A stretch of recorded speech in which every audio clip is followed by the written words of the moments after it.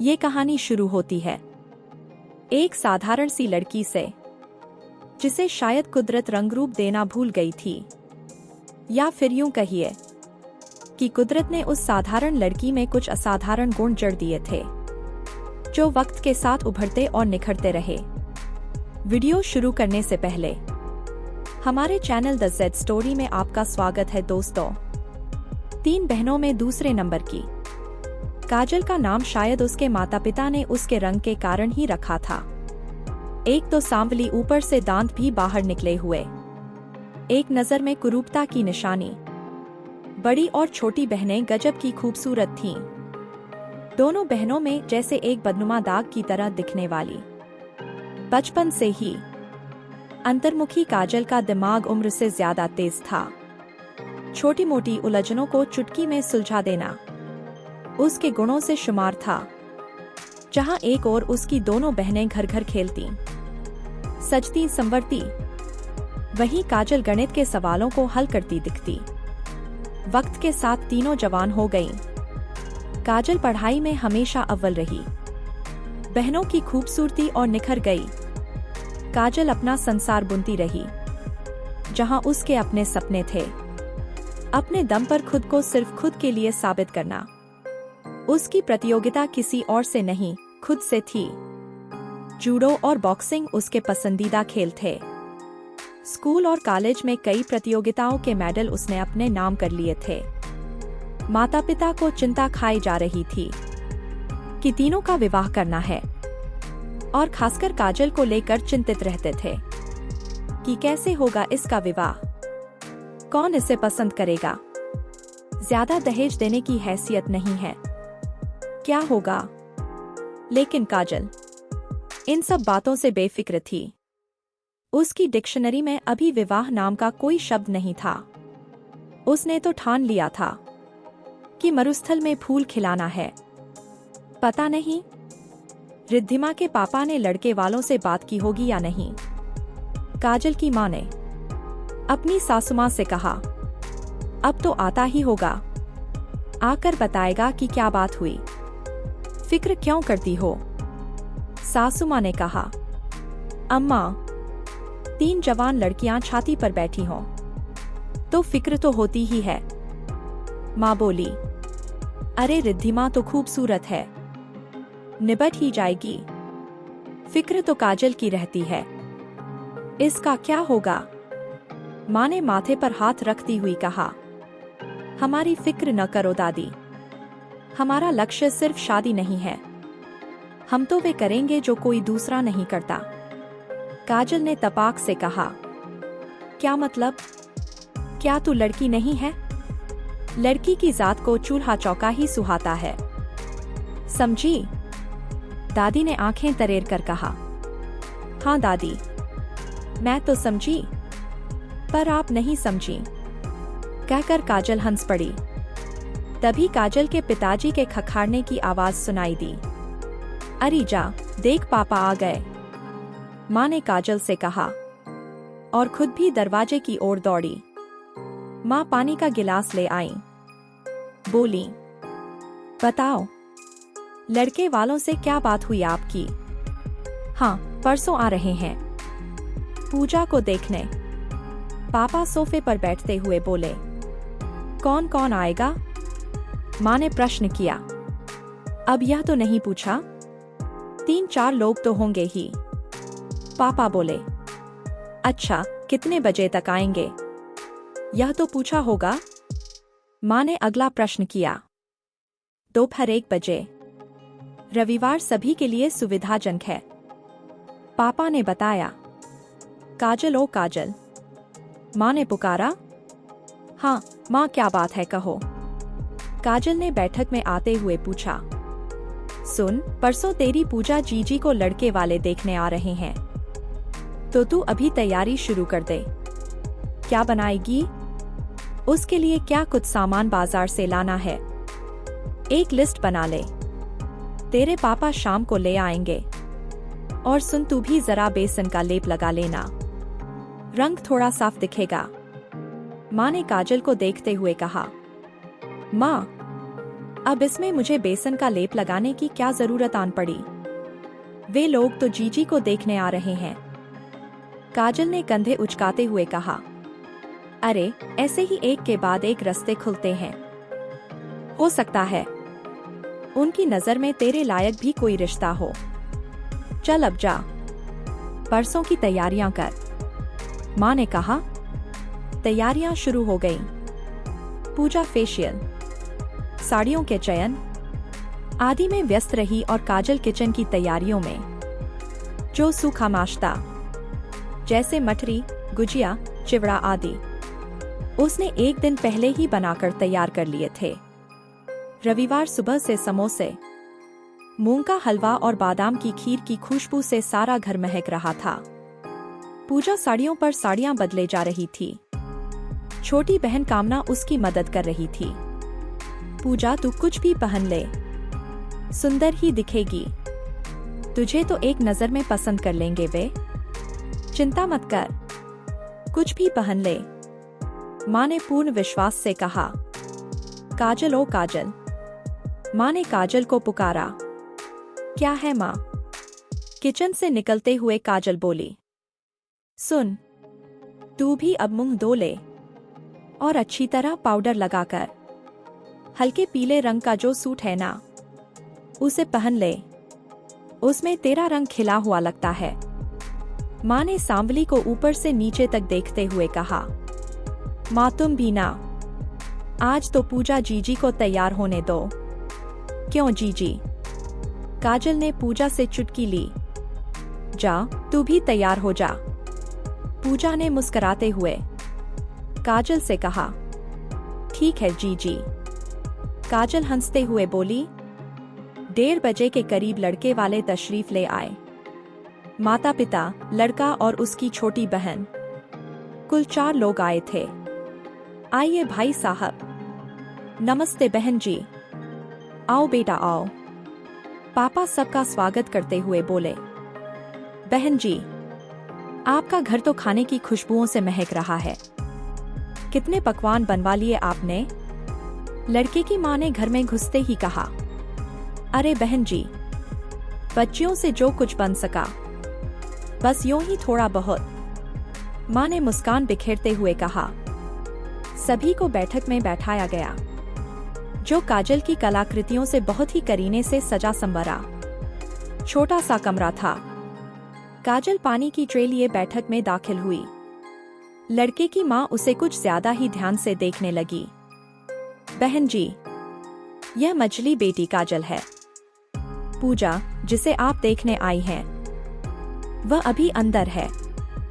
माँ ने लड़के की माँ की नजरों को ताड़ते हुए कहा। ओह अच्छा। लड़के की माँ सोफे से पीठ टिकाती हुई बोली। काजल ने सभी को नमस्ते कर ट्रे में पानी के गिलास रख दिए। जा काजल, जीजी को ले आ। माँ ने कहा। ये वॉल पीस, हैंगिंग और पेंटिंग्स तो बहुत शानदार हैं। बिटिया ने बनाई हैं क्या? लड़के की माँ ने चारों तरफ नजर घुमाते हुए पूछा। हाँ हाँ, माँ ने कहा, पर यह बात गोल कर दी कि किस बिटिया ने बनाई है, क्योंकि अभी तो पूजा को निपटाना था। तभी काजल अपनी पूजा जीजी के साथ बैठक में दाखिल हुई। लड़के की माँ का चेहरा खिल उठा। वीडियो में आगे बढ़ने से पहले, अगर आपने वीडियो को अभी तक लाइक नहीं किया तो प्लीज लाइक जरूर करें। आपके एक लाइक करने से YouTube वीडियो को और लोगों तक भेजता है, जिससे हमारे चैनल को बहुत सपोर्ट मिलता है। सो प्लीज लाइक का बटन जरूर दबाएंगे। आओ आओ बिटिया, वाह, बहुत ही सुंदर हो। क्यों बेटा, है ना? लड़के की माँ ने अपने बेटे की तरफ देखते हुए कहा। लड़के ने आंखें उठाकर देखा तो उसकी नजर काजल की नजर से टकराई, जो उसका रिएक्शन देखने के लिए उसे ही देख रही थी। लड़के ने झेंप कर नजर झुका ली। भाई, मुझे तो बिटिया बहुत पसंद है। अब फैसला तो रवि के हाथ में है। मेरे ख्याल से हमें इन दोनों को भी एक दूसरे से खुलकर बातचीत करने के लिए अकेला छोड़ देना चाहिए। सही ना? लड़के की माँ ने लड़के के पिता से कहा। हाँ बिल्कुल ठीक है, लड़के के पिता ने कहा।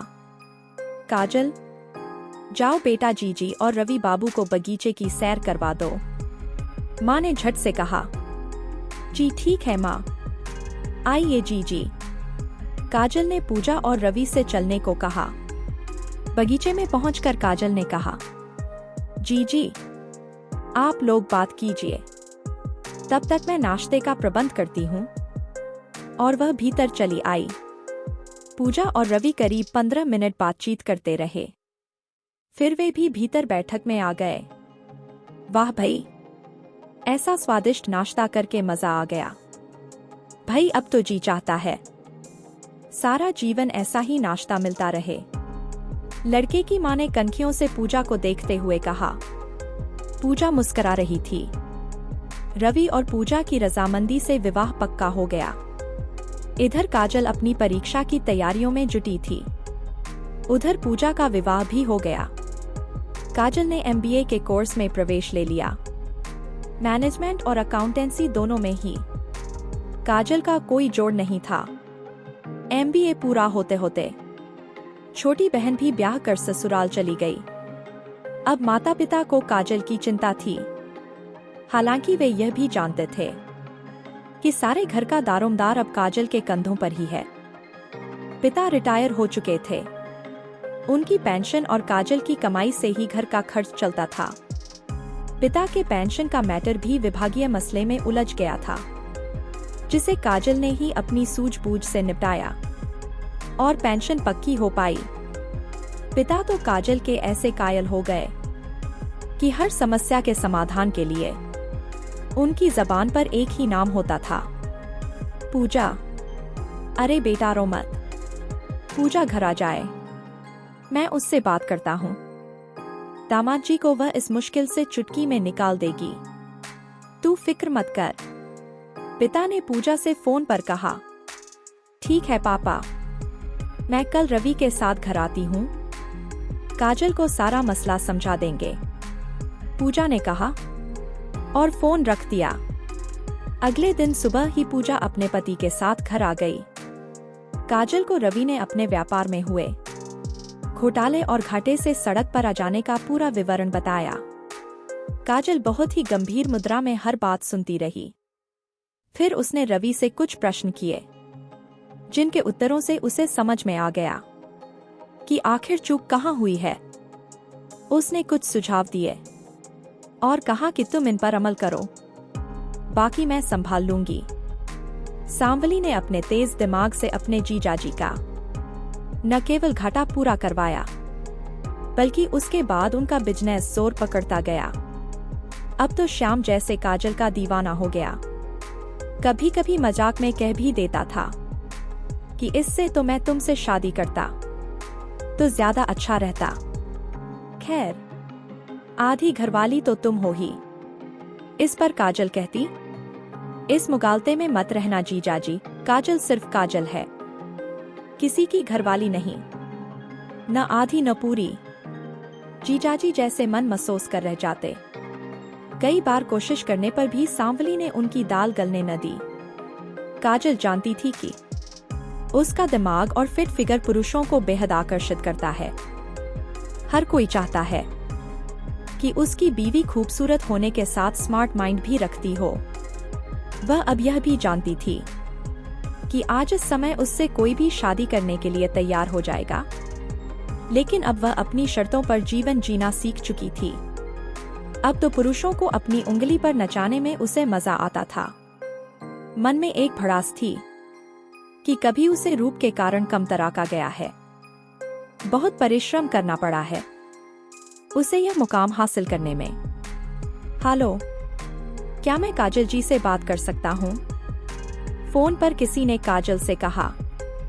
जी कहिए, मैं काजल बोल रही हूँ, काजल ने जवाब दिया। मैडम, आपसे अपॉइंटमेंट लेना था, एक प्रॉपर्टी केस के सिलसिले में आपसे कंसल्ट करना चाहता हूँ। प्लीज बताइए, मैं आपसे किस समय मिल सकता हूँ? अजनबी ने कहा। आप सारे डॉक्यूमेंट्स लेकर परसों मेरे ऑफिस आ जाइए। बाय द वे, आपका शुभ नाम? काजल ने पूछा। Oh, I am sorry, my name is Suraj. मैं परसों मिलता हूँ आपसे। Thank you so much. और फोन काट दिया गया।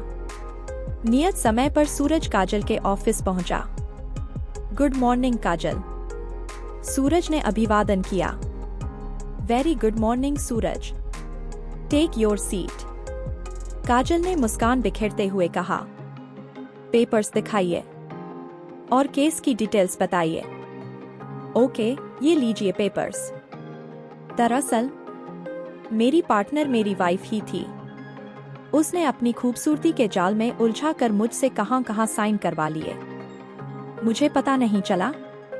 मेरा सारा बिजनेस खुद के नाम करके मुझे डिवोर्स पेपर्स भेज दिए। मैं चाहता हूं कि उसे इसकी सजा मिले।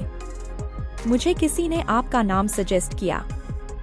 बताया कि ऐसे उलझे मामलों को आपने बड़ी होशियारी से सुलझाया है।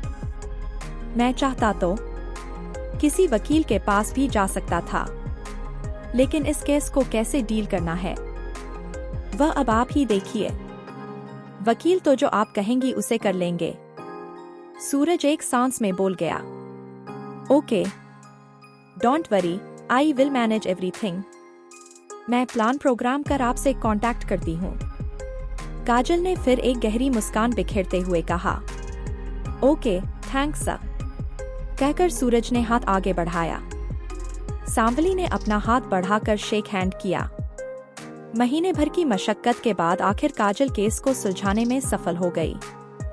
सूरज की बीवी को स्वीकार करना पड़ा कि उसने जालसाजी से ये सब किया था, क्योंकि सूरज को उस पर अंधा विश्वास था। इसलिए उन्हें आसानी से बेवकूफ बनाने में वह कामयाब रही। लेकिन जिन पॉइंट्स पर वह चूक गई थी, सांवली ने उन्हें पकड़कर उसकी जालसाजी पकड़ ली। सूरज को अपनी प्रॉपर्टी वापस मिल गई और महीने भर की मुलाकातों ने उसे काजल के व्यक्तित्व ने इतना प्रभावित किया कि उसने फैसला कर लिया कि वह काजल को अपना जीवन साथी बनाएगा। यही सोचकर वह फूलों का बड़ा गुलदस्ता लेकर काजल के ऑफिस पहुंचा। हेलो मिस काजल, सूरज ने काजल से कहा। हेलो सूरज, बधाई हो आपको। अब तो आप खुश हैं ना? काजल ने मुस्कान बिखेरते हुए कहा। हाँ, लेकिन यह खुशी दो गुना हो सकती है अगर आप मेरी हमसफर बनने के लिए राजी हो जाएं। सूरज ने बिना किसी भूमिका के दिल की बात कह दी। क्यों?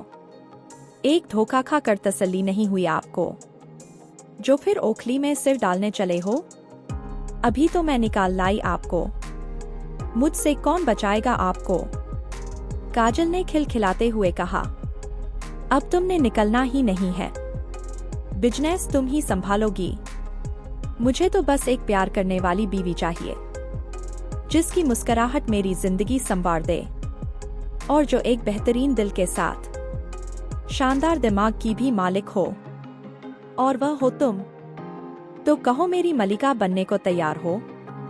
सूरज ने दिल पर हाथ रख कर कुछ झुकते हुए कहा। यस जहांपना, बादब, बामुलाहिजा, होशियार, मलिका ए दिमाग आपके दिल में दाखिल होने जा रहा है। दिमाग चाहे तो वह हर मुकाम हासिल कर सकता है जो रूप के बूते मिलता है, लेकिन रूप चाह कर भी वह मुकाम हासिल नहीं कर सकता जो दिमाग हासिल कर सकता है। अगर हमारी कहानी पसंद आई तो कमेंट सेक्शन में हमें जरूर लिखें। अगर आपने वीडियो को अभी तक लाइक नहीं किया तो प्लीज वीडियो को लाइक कर दें। हमारे चैनल को सब्सक्राइब करना ना भूलें। धन्यवाद दोस्तों।